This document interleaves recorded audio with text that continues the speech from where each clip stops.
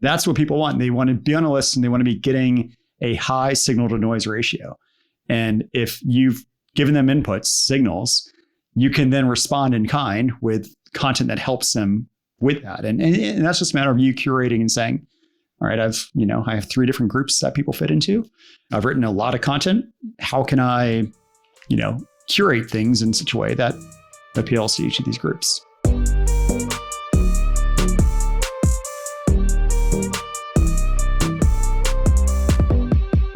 In this episode, I talked to Brennan Dunn. And Brennan is a longtime friend. He's been around actually since the very early days of ConvertKit. He was helping me review pull requests from our very first developers. So we've known each other a long time. And so we talked about the early days when we started working together, became friends and all that. But Brennan these days is mostly known as being an expert in all things email marketing and automation. So he's fantastic at segmenting your list, personalizing the content, using Liquid, all these advanced things to create this, custom experience for each of your subscribers. So in this episode, we talk about how to break that down. What are some of the ways that you can get into automation more gradually? And then even we have some examples of the crazy advanced things that he does with Liquid and snippets and all this stuff to create a totally custom experience. So it was a really fun episode. We talk about, how you can earn more money from email, building these systems. So I think you're going to love it. Let's dive in. Brennan, welcome to the show. Thanks for having me, Nathan. So we haven't actually spoken in a year, and you've had all kinds of big life changes. You live on a different continent from the last time you and I spoke. Yeah. So I've, as you know, I'm now in the UK, which it's been a while. I mean, moved to the UK, sold a house in the US, bought a house here, got my dog over, had a baby, just a lot of things in the last year that have been keeping me busy. Yeah. Yeah. And I mean, the thing I didn't actually internalize until I moved here was it's kind of like being a teenager all over again, in the sense that had no credit score. I couldn't even get a mobile phone account because they're you don't have any credit. And I was able to get a house amazingly because they used my US income, which apparently was hard to do. Okay. And just had to relearn how to drive. I had to do the whole driving school thing, and it's been interesting. So you're going in, you're I'm a fully functioning adult. I have a successful career. I'm internet famous. And they're doesn't matter. Yeah. Well, funny enough, the only way that, the one advantage I had was the driving and the driving examiner here. When I passed my test, first off, it's a lot harder here than in the US, because the test in the US is drive around as a 15-year-old or so yeah, exactly. It's not that difficult. I mean, here it's pretty comparatively intense. But it was funny. The driving examiner, I found out, we were just chatting and found out we were both pilots. Oh, nice. Just started talking about planes, and he's like, all right, you're good. Let's just drive around for the rest of the time and just talk aviation.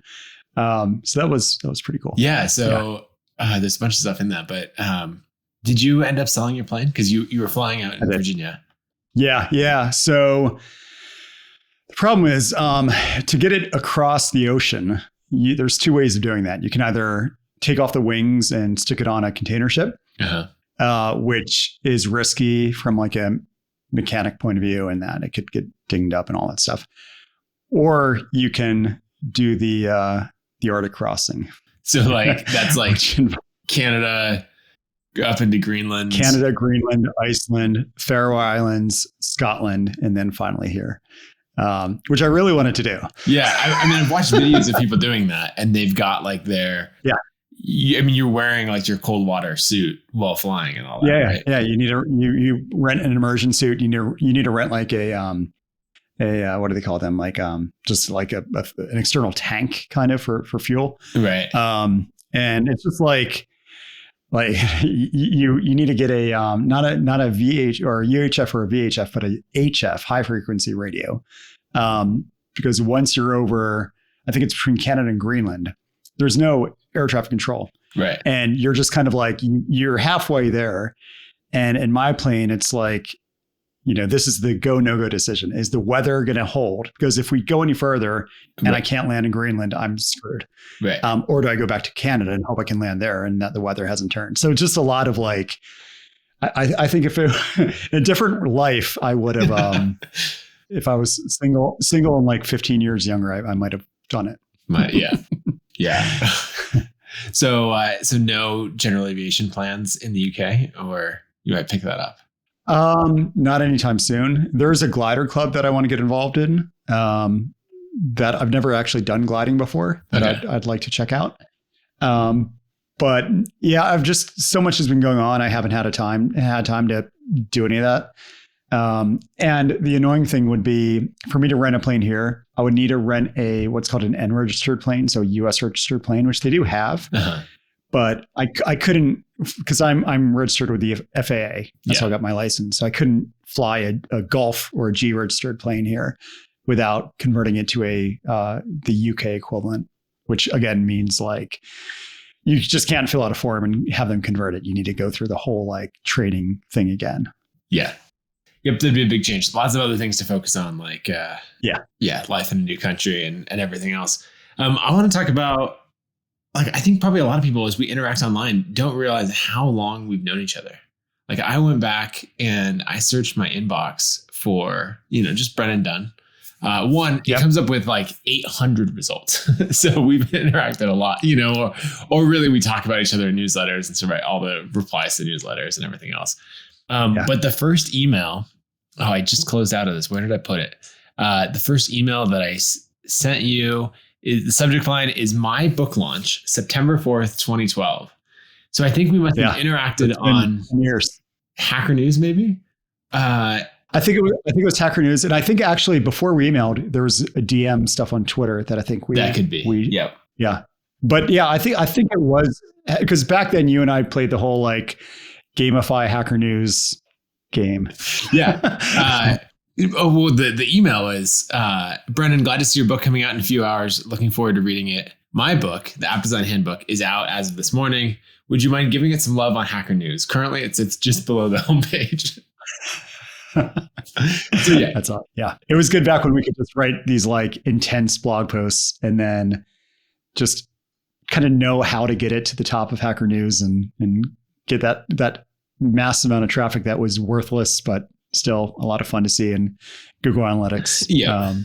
When we write those blog posts, and it was really about getting like 3 to 5 upvotes or comments. Like comments were useful as well in the algorithm in the first 15 minutes, 20 minutes, something like that. And then it'd have a shot at being on the homepage. And then it was kind of up to like the quality of the headline, the quality of the article to like do whatever it was going to do from there. And once you're kind of at the top, it just kind of self-propels itself. Yeah. At least for the next 24 hours or so. Yeah. And I remember the first time I had that, I think it was my article, how I made $19,000 on the App Store while learning to code, which predated our conversations a little bit. Yeah. But that one, I think it was like 30,000 visits in a day. So it was a ton. Now I knew nothing about email lists or like how to turn those people into fans. But then you and I talked more. You invited me on your podcast. And then I invited you to do an interview for designing web applications. And then I just remember riffing on things because you had, we'll talk about it for a second. What were you working on at the time that back in 2012? Yeah, back then it was PlanScope. Yeah. So what was PlanScope and kind of the arc of it? Yeah. So PlanScope was it was my first SaaS. It was right after. So before PlanScope, I was doing the agency thing. So I had an 11-person agency in Virginia and frankly just got tired of client work. Yeah. So I think, so what I did is I actually took Amy Hoy's class just to show how long she's been doing this stuff too. 30 by 500 back in 2010 or 2011. And back then it was a bit different format wise, but long and short of it was she convinced me not to do kind of the flashy web app things that I wanted to do and had me focus in on like something where targeting businesses, something that actually solves the tangible problem they have and so on. And that led to PlanScope, which was a project management tool specific to, freelancers and agencies. Yeah. So it was kind of the tool I wish I would have had with my own company. And in doing that, that was kind of I think all of us know that you just put up a marketing site for SaaS, and if you have no audience, good luck. Yeah. Anyone to it. So I started doing the content marketing thing, I guess. I didn't really know what it was called back then. I just knew blog. I read blogs. If I write them, maybe other people will read them and then channel that into whatever I'm promoting. Right. Yeah. So I did that. And then I would do one of the things Amy teaches is the whole watering hole approach, where you go and go to forums. I forgot even the name of these random forums that had freelancers way back then, but I would go and kind of post links to my own articles in them, not just as spammy, but contextually into my replies. And that started to work. And then the byproduct of that was the SaaS never hugely took off, but I started doing info products alongside of it that came with, I guess, the blog, if you will. So a lot of freelancers started joining who didn't really care about the software, but they wanted to know my advice on pricing or getting clients or whatever else. So I started to create products for them. I think one of the first ones was that book you referenced, which was a book at the time, Double Your Freelancing Rate, which I sold on eJunkie just to date myself. And that kind of evolved into a few other products over the years. And then eventually I sold PlanScope and sold PlanScope without the blog and without the email list. So just the software. And turned that into Double Your Freelancing, which was really, I guess, how I started to really get into this stuff. That was just a kind of still is, but like a email list of, a good amount of people, and then just products. And I've done conferences, which I know you spoke at one in Stockholm. And did you do the US one too? Yeah, or was it it the US one as well. Actually, Brad Pauly, who's one of our longest engineers at ConvertKit, he and I always talk about the WFreelancing Conference in Virginia because I think we'd met maybe at Amy Hoy's Bacon Biz a little bit before that. And so Brad and I knew each other, but on the evening cruise that you rented around the harbor, Brad and I talked a bunch, and that's when we decided that he was going to come work for ConvertKit, and Oh, that's awesome. Yeah, he was one of your first hires. He was early, wasn't he? He's been with ConvertKit for just over 6 years now. So wow, nice. Yeah.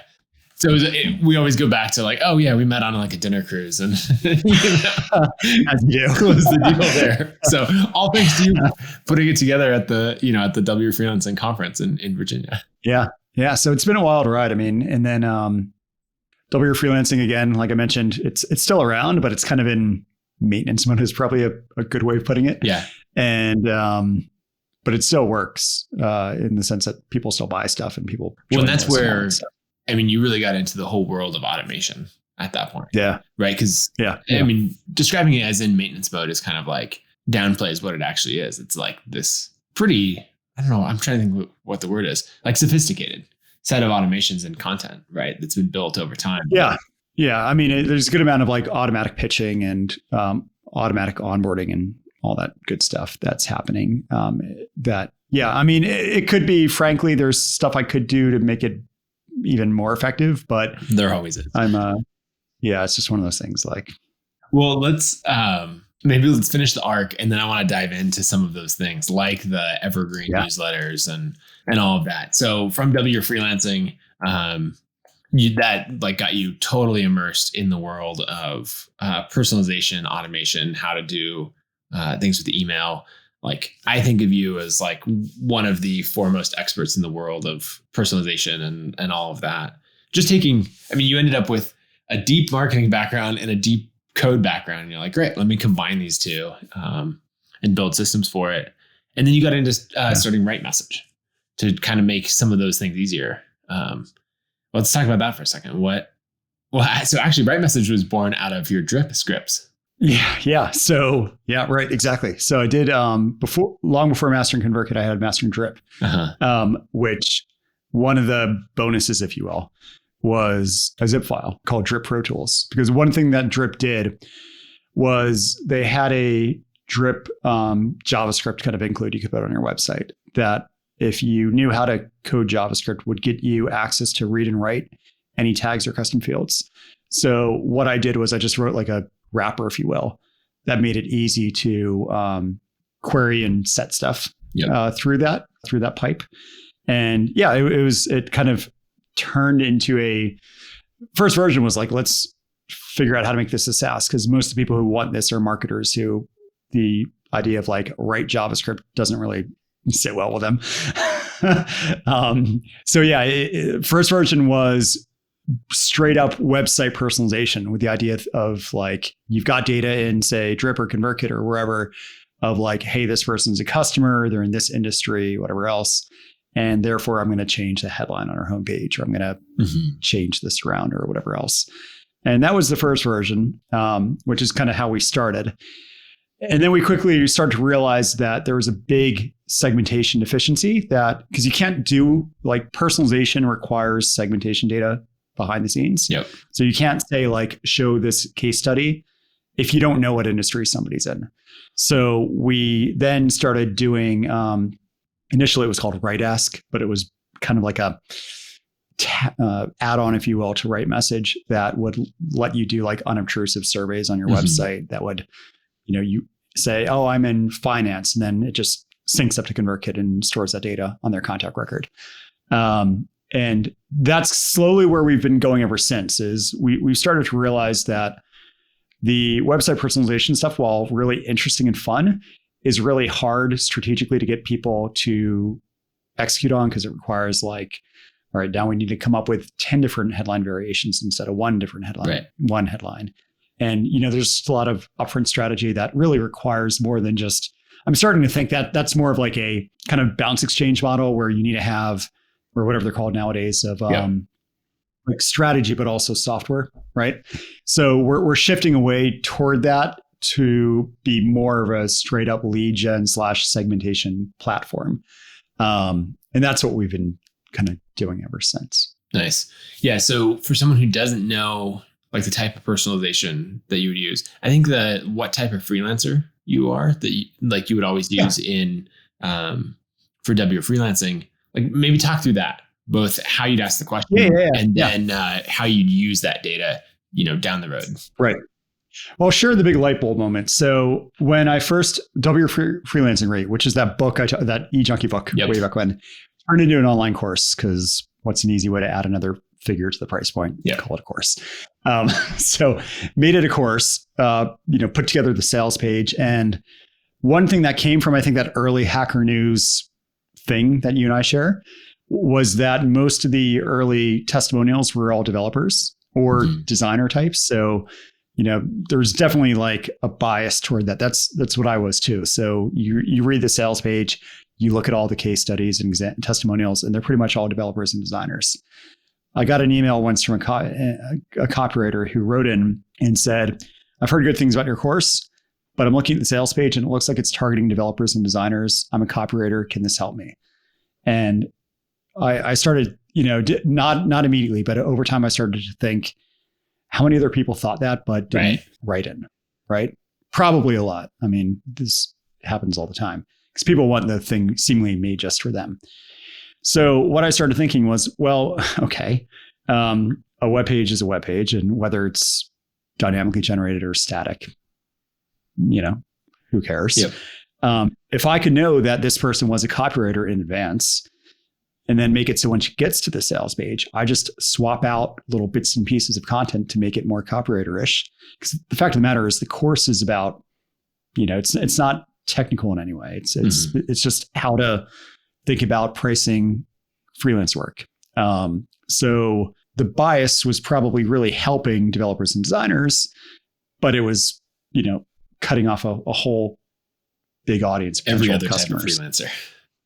Yeah, exactly. So I just thought, well, what if I could somehow capture what they are and then just spit it back out at them when they're on the sales page through, show testimonials from other copywriters, show testimonials from other designers, and kind of make it seem like, like you don't want to be too heavy, like, hey, designer, buy this thing, but you could do like softer, you could do more nuanced stuff, right? So that's really, frankly, where it all started is experimenting with a lot of custom code with that stuff. And then thinking, well, this is a viable thing that I think makes a lot of sense for people, and they don't want to deal with getting developers to implement this stuff. So yeah. And so that's where it all started. Yeah. And so an example, I think the best example of that on a sales page is you're swapping out two things. And I think it's really important. Like most people think of personalization and they think of like, hey, first name, or whatever. Mad Lib style. And so they're like, okay, I'm going to ask you what type of freelancer you are, designer, developer, copywriter, et cetera. And now I'm going to print that into the page of like exactly what you're talking about, like a designer, or since you're a designer, and it's like Mad Lib style filling in. And you can do that. But the better thing to do is to say like in this testimonial block, I have 4 testimonials and I'm going to pick the one that's most appropriate, where someone's like, as a copywriter, this course helped me do X, Y, and Z. Right. And, or then here's a different one from a designer, and you're just picking which one to go in there. Yeah. And that could be the feature testimonial. You could still have other testimonials from other type, but the featured one could be somebody like them. Yeah. Yeah. And actually that's a great point, right? You might have, say if that block has 4 testimonials, then you're just picking which one goes in the big block versus the smaller. Yeah. It's purely a design aesthetic change. Exactly. The content's the same. And then another thing that you and I have both nerded out forever about sales pages, and have had a lot of help from Amy Hoy and others who are like really good copywriters.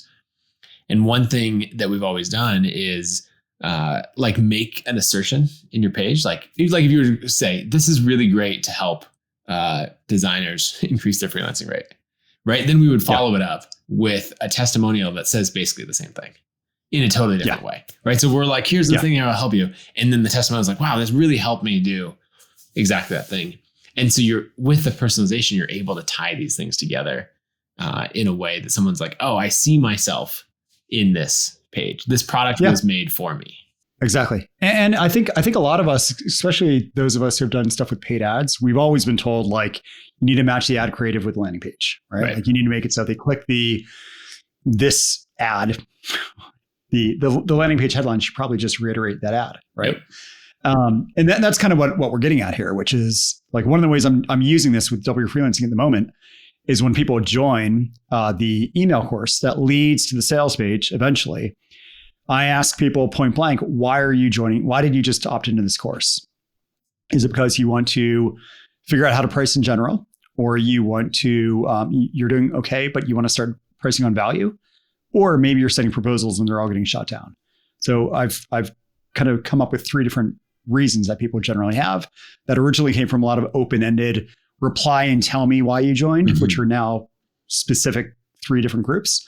So people answer that. I get about an 80% completion rate of that. So 80% of people basically joining the email course tell me that, which is great. And then about 2 weeks later, they're going to get pitched on the paid course, and the headline on the sales page and the way the offer is described, surprise, surprise, is dialed into that pain point. Because if the email course, the problem that led them to join the email course is going to mirror the problem that's going to lead them to buy the paid course that relates to it. So that's all that's happening. And it's just a lot of, if you think about it, if then condition stuff. Like if they said this, say that, and that's really just what's going on with that. Yeah. So in that case, there's 2 main segmentation things happening, right? What type of freelancer are you, and what's the biggest pain point that you're... Exactly. So I boil it down to the who and the why. Like, who are you? So I can show you case studies and testimonials and maybe even language, if I want to go that far, that reflects who you are in your worldview. And then why are you here right now? That can allow me to either give you a specific product if I have a portfolio, or if I want to give everyone the same product, I can describe it in such a way that aligns with what they need help with. Yep.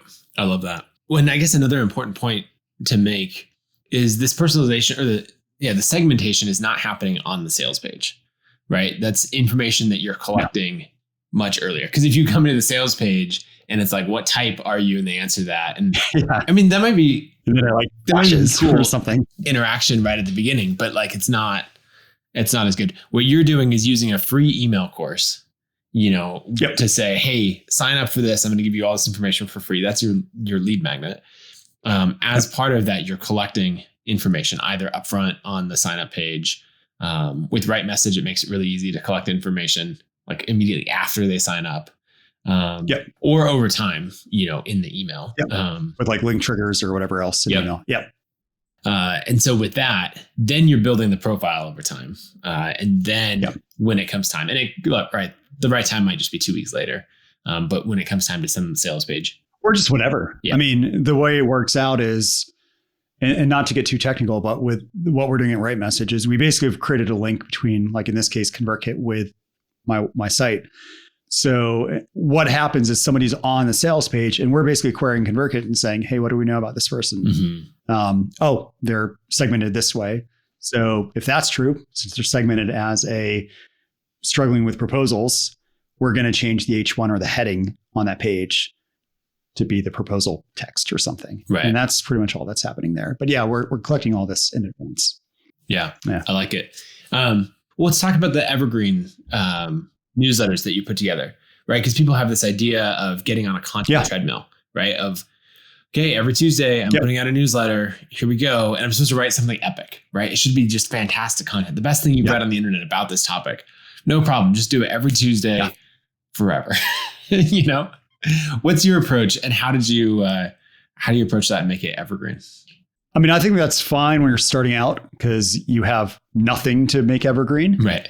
But I think over time you start to realize like we all have best hits. And my thinking is that when somebody just joins your email list, they're kind of really eager to see like, is this good for me? Like, do I really like what this person has to say? So rather than throwing somebody headfirst into whatever you happen to be sending that week, I really like the idea of saying, well, look, I've been writing consistently for a year. Right. So what I'm going to do is I'm going to repurpose that content and say, these articles got a lot of really great response. We put them first. And then, kind of prioritize things that way so that there's two ways of looking at this, I think. The first is that you could say everyone gets an automated Evergreen newsletter if they're eligible for it, meaning if you have a 52-week Evergreen newsletter and they've been on your list 53 weeks, they're not going to get it any longer because you don't have anything for them. So if they're eligible, they get that. And then also if you're sending a live newsletter that week, they also get that. So then potentially somebody who is within that window of kind of being new, they're getting maybe hearing from you twice a week. One of them happens to be live. The other happens to be canned. But from their perspective, as long as the information that they're getting is eye-opening and valuable, they don't care if you wrote it that morning or if you wrote it a year ago, as long as it's benefiting them. So I'm very much of the opinion. I mean, it's what allowed me to focus on Right Message and kind of ignore WFreelancing because I had a 52-week long Evergreen sequence. So if somebody joins the email list from a Google search, they have no idea that this isn't content that changes frequently. I mean, if I was writing about like the news or, what's happening in Ukraine or something like that wouldn't work as an Evergreen newsletter. Yeah. But for this kind of stuff, for most, like if you're helping somebody like with email marketing or with freelancing or whatever else, I mean, the stuff can be refreshed, but it doesn't need to be something that is, that matters if it was written that morning or not. Yeah. So having it where your best content, well, I guess another thing is you can tweak this over time, right? So your newsletter is in this order and then you're like, ooh, this one that I wrote is really good. Let me go put that here. Yeah. And the other thing is you can write these as you go. So say you had 4 or 5 emails in there and then people are butting right up at, like you've got this group that are right at the end, and you put the 5th email and then they get it. The 6th email and then they get it.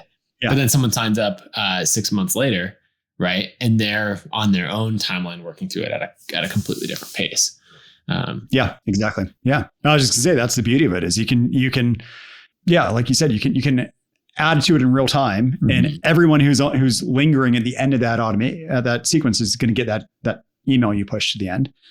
But the guy who joins a year from now is just going to get it naturally a week later or whatever your interval is. And it just works out well.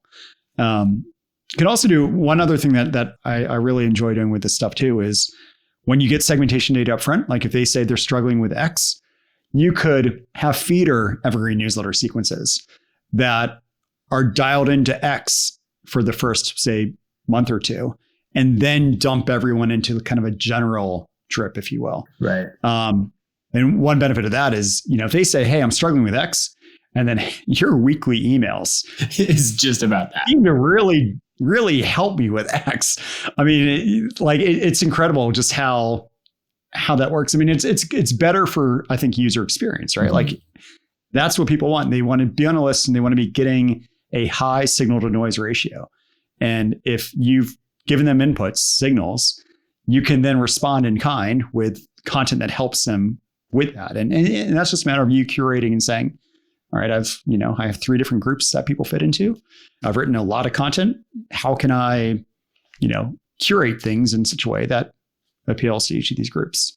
Yeah. The other thing that I like about it is it lets me reference my earlier content, right? If there's a couple articles that I've written that are sort of the flagship pieces, and I don't want to, in email 57, or newsletter 57, right? I don't want to rehash that so that you understand it well enough, right? Because it's buried in my archives. You've probably never read it. I want to just be able to say in my Ladders of Wealth Creation article, and I want to be able to trust that you've read that. That they know what that is. Because, in my Evergreen Sequence, it's like email number 4, it's email like those things. So now I know everyone who signs up is at least, who knows if they're reading it, right? But they're at least getting that sent to them. And then I can reference back to it. And it's like, hey, to understand my work and the things that I value and what I'm teaching, like these 5 pieces are foundational. And now I know that everyone has done that. Because I remember like when I first discovered Chris Guillebeau's content, I went and read, I don't know when this was, 2011, probably. I went and read his entire website, from like the previous 4 years. But most people don't do that. Like that's not a normal experience. And so this lets you go, okay, but here's the 5 most important things. Exactly. And to be honest, if they happen to read, say you syndicate all your content to your site, if they happen to read that before opting in or even after, and you happen to email to them a few weeks later, first question is, will they remember? Right. Which is always something that I think we put a little too much, I don't know, a diplomatic way of putting this, but I think, stalking people actually caring about what we're up to as much as we are, as much as we care about it, So first off, will they remember? And secondly, even if they do remember reading this in the past, now maybe having read other stuff of yours and kind of being a bit more immersed into your world, it's going to be a little more impactful to read it maybe again. I think I really, really don't think you need to be on this hook for coming up with original content every single week. And if you do, great. Like some people might get 2 emails that week from you. Right. And there's no harm if they're both really good emails. Yeah, that's the thing that I do where I send a live email. A broadcast in ConvertKit every Tuesday, except for the Tuesdays that I miss because various things. And then my Evergreen Sequence, which is only maybe 12 emails long or something, goes out every Thursday. And so then... So there's no overlap. Yeah, there's no day that you're going to get both of them. And then the Thursday one eventually drops off, and I go in and add other stuff. If someone was just getting started, and maybe the answer is an Evergreen Sequence, but they're talking about like automation, personalization, all that stuff. What's sort of the gateway drug that you would give them to be like, okay, here's this crazy complex world. And we haven't even gotten into the intensity that you can do it all with, but where you're like trying to just get them in a little bit of like, hey, try this one thing and you'll start to see some value without having to go off the deep end. Yeah. So I think what I would do, so I used to be a big advocate of doing upfront segmentation. So that would be like a survey or something that leads to an opt-in form. Thinking that, well, even though you're going to get fewer people seeing the opt-in form, the people who do see it are going to be more likely to opt in, so on and so forth. Fortunately, I've been doing this a while that I've realized numerically that doesn't always work that well. So what I prefer doing now is using the confirmation page or the thank you page, which is generally a go check your email page, and that's it. To embed effectively a survey on it that is very simple and says, look, I want to make sure you get exactly what you need. Being now that you're on my email list, I'd love to know a bit about like what do you need from me right now? What's most important?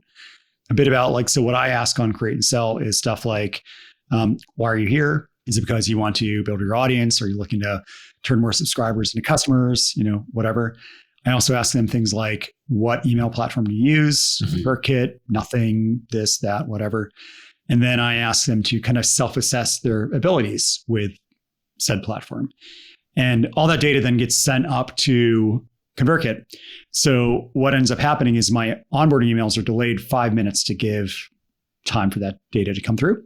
And then I just kind of drop bits and pieces of that to show people that I'm listening in the onboarding emails. So, it's as simple as just saying like, hey, I know you're looking to build a list, your list faster, and you're using ConvertKit. So I just want to show, what I'm going to be doing is every single week, you're going to get high quality content from me that's going to help you do exactly that. And it's one of those things where experience wise, I've gotten a lot of feedback from people who said like, I know that's automated. I know you're just kind of parroting back what I've told you, but it's good to know you're listening.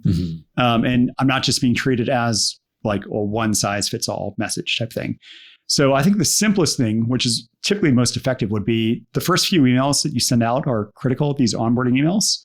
And if you can find a way to, just rehash, and you can do this with like, say you have 4 different lead magnets and one of them is targeting a certain need and another targets a different need.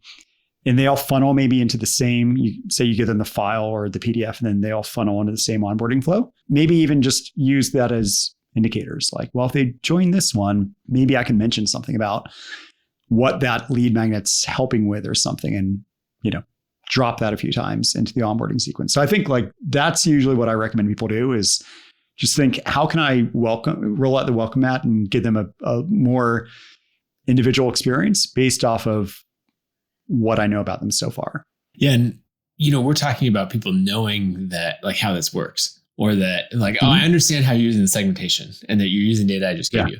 But that's because you and I are both in a market where we're talking to newsletter creators and marketers and others who get this, right? If you have if your newsletter is about food, right, or fitness or something else, they have no idea.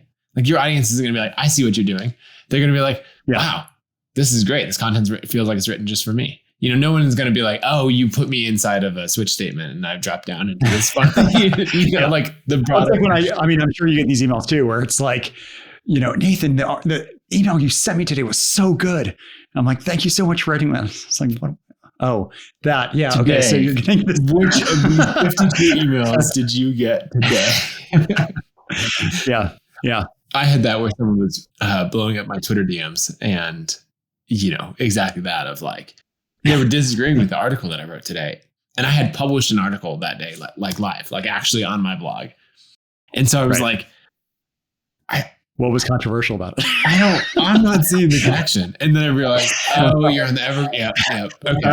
Yeah, the article that I wrote 10 months ago that you got. Yeah, exactly. And that's, granted, there are seedy things you can do that kind of are, make that even worse. Like we've talked about this is sent from my iPhone trick that some people do, and like the fake reply, hey Nathan, I saw you didn't reply to this email, I want to make sure you got it, like that kind of stuff. I'm not advocating at all ever doing that, but even with relatively simplish things like what we're talking about of automated newsletters, again, people don't care, and it allows you, I think, if you do this right, if you set up like an automated or evergreen newsletter, you can focus your efforts on acquisition, going out and getting more people on your list, or R&D and building out new products and services, rather than thinking, crap, I need to go and log into ConvertKit this week and bang out a new article and to keep the list warm and all the usual stuff that we do. I find it really freeing once you have that kind of system in place. Yeah, on that note, it is really freeing because you can put time into creating new content because everything you create keeps working for you rather than just being this one-off thing. You're sent from my iPhone comment. If anyone didn't quite pick up on that, what it's talking about is, or what you're talking about, Brennan, is people will often switch up the format of their autoresponders. Right. So if you have like a nicely designed email, it's got a template and all of that, right? Email 1, 2, and 3. This often happens. Like a lot of SaaS companies do this, honestly, is like, here's how to get the most of it, right? You can 100% onboarded or automated looking emails, all that. We all get and understand it. Yeah. And then that third or fourth email is like totally personalized, super short, probably has no capitalization in the subject line. And it's just like, hey, Brennan, saw you signed up. Love it. Any quick feedback for me? Or like, like signed Nathan, and from the founder email. Yeah. And then it's got like sent from my iPhone.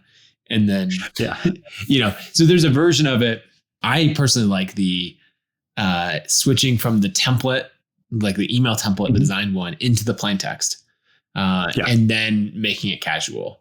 And then taking it too far aside would be like adding, colon, like, or whatever, and then set from my iPhone, where it's like, okay, now you're just lying to me. Whereas before it was like, you're just breaking up the format, to optimize for replies. Yeah. I saw a great one the other day. I'm not going to name names, but it was like it was one of those subject ones, right? And it was like, hey, Brennan, got this forwarded from my assistant, realized we never heard back from you. And then the like fake reply at the bottom was, it looks like Brennan has not read this, article that we sent him last week or something. I was like, doesn't work that way. I wasn't born yesterday. And you see stuff like that, right? Where someone has has an image generation tool like Banner Bear or something like that, where they're using it to take your website and put it onto their laptop, so that it's like pretending to be personalized. There's so much stuff that you can do. But one other thing that I picked up from you years ago is just that email that asks for replies. And this is especially valuable in the early days. That just says, hey, what's your biggest frustration with learning design, learning for like whatever the topic that you write about is? Because then you just have this thing in your automation where, I don't know, say 30%, 40% of people who sign up are replying and giving you their biggest frustration so that you know what to write about. Because in the early days, you're just like, what do I even write about? Well, like, I don't know. And then you get this email that pops up in your inbox. Someone's like, oh, this was really helpful. My biggest frustration is learning how to do X. And you're like, oh, guess I'll write about that today. Like, that's easy. Yeah. I can be like, dear John, here's how to do X. And then I can like tweak it into an article and add to it. So I think that's a great automation to add. So 2 things I'm doing that I really like that have been working well so far. One of them is that right after somebody joins my list, even though I have segment data, I push them to a form that says, if I were to dedicate next week's newsletter to you, what would you want me to write about in that newsletter? The uptake rate is huge. And I just have it filing into an Airtable. And then I just dip into that from time to time and think like, oh, this would be fun to write about. And you get the benefit of being able to say, Nathan wrote it and said, copy and paste. Yeah. And then it just makes writing it a lot easier. It shows people that there are others like them who are reading your stuff. So doing that is a really like that plus, that's just a version of what you just described. And then you can also do something like a month after somebody joins. This would be an automation. You could say, hey, you've been getting my stuff for about a month now. I'd love to know, like, are you getting what you said? And this is where you can throw back what they told you they joined for. But even without that, you can just say, like, are you getting what you hoped to be getting, from my emails? I'd love to know, just like reply and share with me, like, yay, nay, like, what should I be doing differently? And you could just build these automated feedback loops that, like you said, just on autopilot, bring in great data that helps you course correct and helps you figure out what I should be, focusing on, and so on and so forth. Yeah, I love it. Like, I think when people think of automation, they think of these flywheels that you're building tied to revenue, right? Mm-hmm. Of, okay, now I don't have to launch my course every 6 months. So remember to link to it in this newsletter. I can just build this out and it's linking to it and I have regular sales coming in. But I think the flywheels that are built around content and feedback loops are just as valuable. Because then you could also have one in there.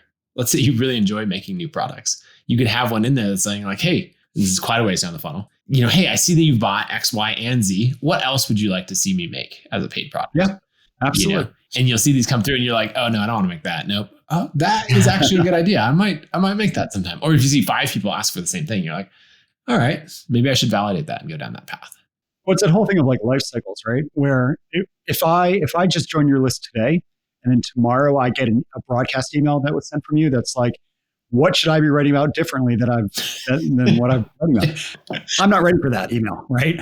But the life cycle thing, the story I like to tell about this is way back when I did my agency stuff. We had a client who was a real estate firm locally who wanted us to build a very simple app that would say, whenever they closed on a house, they go and plug in the person's name, like Nathan Barry, plug in the date of closure, and then we would just generate an iCal calendar feed for them that they'd load into their phone, and would say like 2 weeks later, call Nathan and say, hey, have you met the neighbors yet? What are they like? Blah, blah, blah. 4 weeks later, is anything broken? Like, are you settling nicely into the house? 1 year later, happy anniversary, because they know referrals are such a big thing, right? Right. But which makes sense for them. But we can be doing this to say, yeah, somebody buys from us. Let's hit them up 2 weeks later and say, like, what have you implemented so far? And use this to like maybe generate early case studies or testimonials or whatever else. You can kind of capture kind of work in progress things, like when they buy, ask them to reply and share why did they buy? Like, what do they need this to do for them? And then like a month in, or however long it takes them to kind of apply what you sold them, ask them like, hey, even if it's still a work in progress, like what from what you've learned so far have you started applying and benefiting from potentially? And you could just use this to like, I mean, it's such a great way. Automation is such a powerful tool for generating testimonials, generating article ideas, product ideas, and just getting a pulse in a really nice way that, do this right. You're going to get feedback coming in daily from like all these various streams where, people are replying and this and that. And yeah, it's just, I think it's a really underutilized way to leverage automation. Yeah. So we talked a lot about like, relatively simple automations. You can layer these on each other. Maybe if we're going the other way, what's something that's more complex, either really complex or more complex, that you feel like they got you really excited, where you're putting something together and you're like, okay, this is advanced or expert level as far as the complexity to set it up, but it's so freaking cool that I can, do this thing. Okay. Well, I just rolled it out last week, so I'm going to share with that. What I mean with that. So I'm using Sparkloop, which I know we all know about. Yep. Which is a newsletter referral program. And typically speaking, most of the ways of using it is like you refer 3 people, you get X, you refer 10, you get Y, or something like that. Stickers, free. Yeah, exactly. Whatever. So I built a model where every referral generates $5 in store credit for my stuff. And I'm storing all that data in ConvertKit as custom field data. So I'm using ConvertKit as a bank ledger, where it's tracking exciting and terrifying. Available credit. Yeah, it's tracking total credit generated less credit spent equals out to available credit, right? So what it's doing is every time a referral happens, that data is getting synced into ConvertKit, and so I can go in and see like how much credit different people have.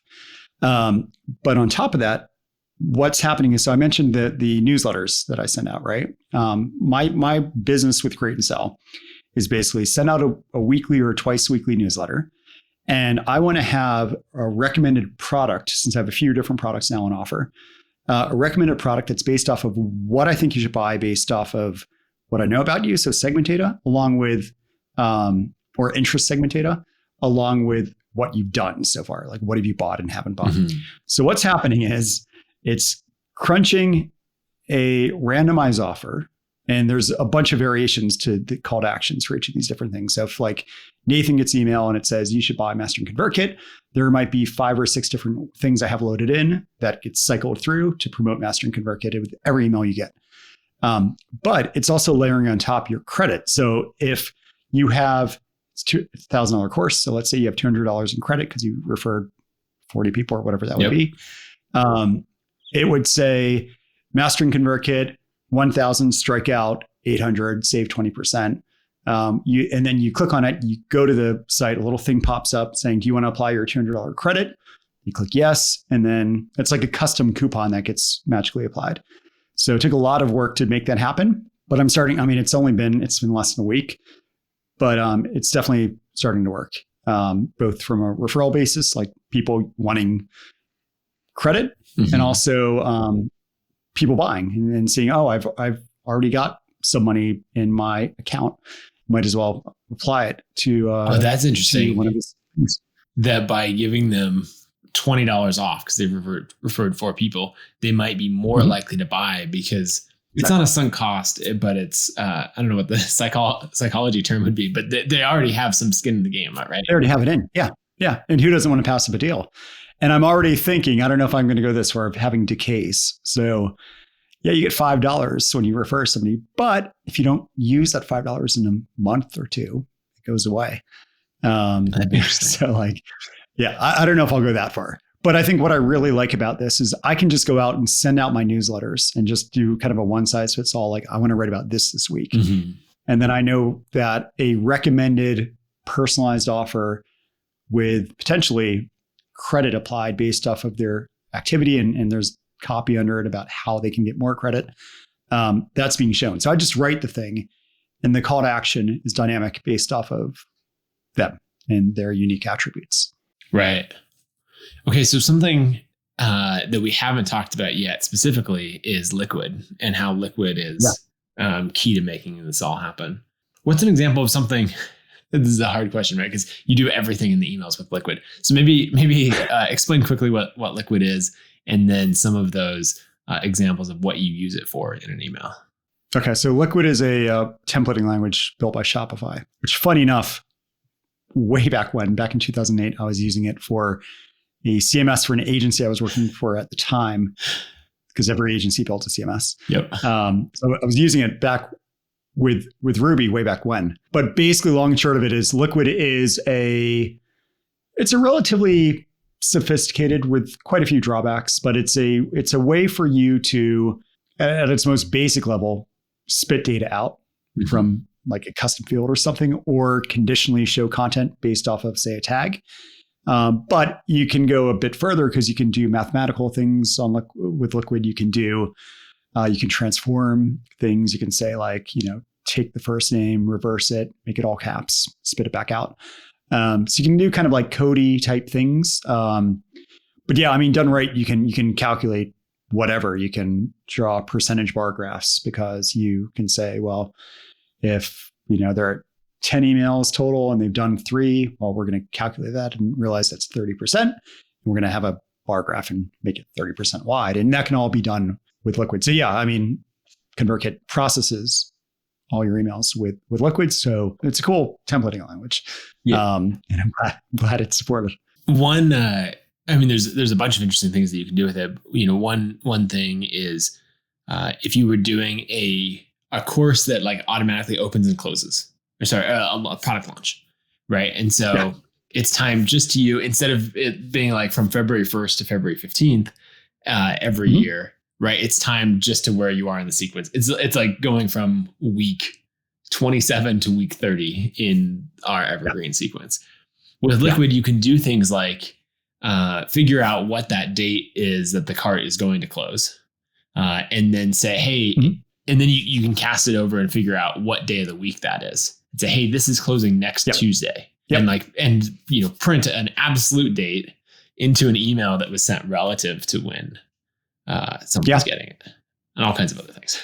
Yeah, I mean, you can do just carry on the date stuff. One thing I'm doing with WFreelancing is, when you first join the list, the first email says, like, it's heavily personalized with a lot of Liquid. But then at the bottom of it, I say, if you're committed to doing this email course and what I teach in it, and want to commit to me that you want to make a change, you want to increase X or whatever else, click this link. That's a link trigger. And when that link trigger is clicked, it sets a timestamp of the time and date of when that link was clicked. So that when I go to pitch about a week and a half later, it'll spit out, it'll say, hey, so on the 14th of February at 4:27, you told me, I actually don't put the time, but I say the 14th of February, you told me that you were committed to solving X once and for all. No more excuses, no more whatever.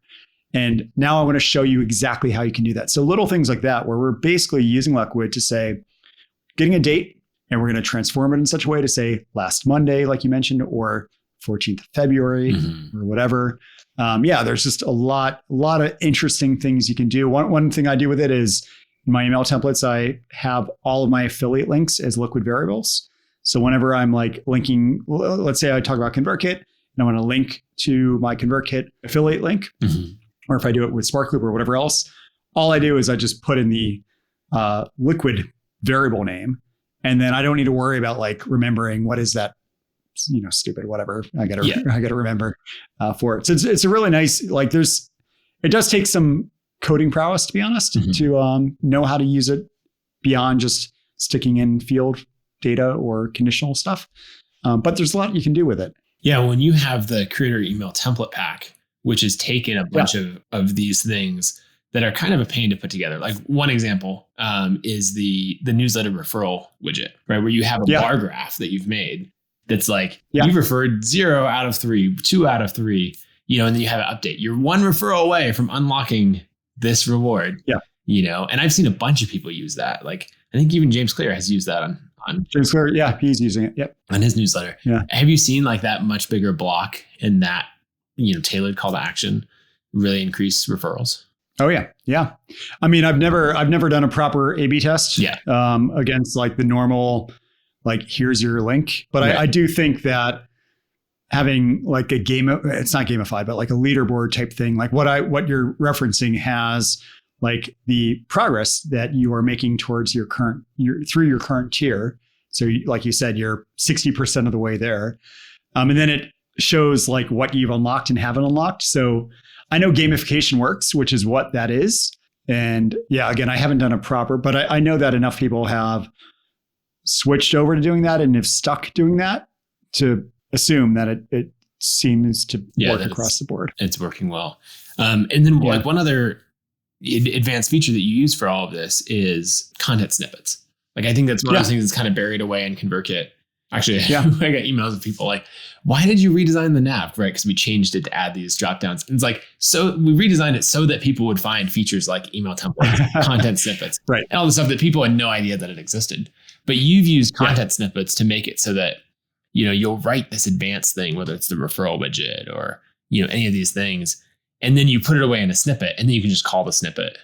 And you even do more things. You pass variables into your snippets. You do a lot more things. Yeah. So use it like a function call to get technical. So like case in point. So I have a fancy headline, or actually no, a better example would be, I have a testimonial block, right? Where a testimonial is composed of a photo of a person, their quote, and their name. And so what I wanted to do was to think, well, I want to use this in a lot of different ways. So what if I can put the HTML code, so the design, along with the logic code, so the liquid, in a universal or global content snippet. And then whenever I'm doing an email, I just say, hey, define name, Bob, photo, here's a URL to the photo of Bob, and then Bob's quote, and then call the testimonial snippet. And that thing is smart enough to pull in that data, because the liquid data is shared between the email and the content snippet, and then show a really nice rendered testimonial from Bob. And that's basically what I'm using it for, is to kind of create this consistency that I can just update that one content snippet, and then everything that is showing testimonials from all these various people, all that gets affected and updated kind of in one go. Yeah, it's amazing. And to bring it all the way back to what we're talking about, sales pages, right? You could iterate through 3 of those and say, here's my 3 testimonials. I'm only going to show one of them based on whether you're a designer, a developer, or a copywriter. Yeah. And so you can abstract it further. And it's just a matter of doing conditionals around the liquid variables, and then everyone still gets the embedded content snippet. Yeah. So it just makes it really, really One thing that I think that's important to point out is that this can be really time consuming if you're doing it in each broadcast. But if you're doing it in email 3 of your Evergreen sequence, that's going to work for you for the next like 3 to 5 years, then the time is worth it. But if you're sending out to like 500 people, on your, one-off broadcast, unless you're just learning and playing, right? Then it's probably not worth it in that format, but it's very worth it in the like creating the system that will power my business and content for years to come. Yeah. I mean, completely agree. The high value things like the onboarding emails or possibly even the pitch emails. Yeah. That makes sense to be a little more, especially with pitch stuff, because, that's the thing where, if the job of every line of copy is to get somebody to keep reading and not to archive the email. One thing I did with my Black Friday stuff last year was I did a survey a few weeks in advance where I asked people what their goal was in 2022 and some other questions too. And then what I did is when I started promoting my stuff, I would modify subjects based off that goal.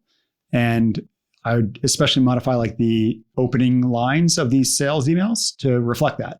And I did A/B test that. And it was substantially higher. It's about 90% higher in terms of overall sales.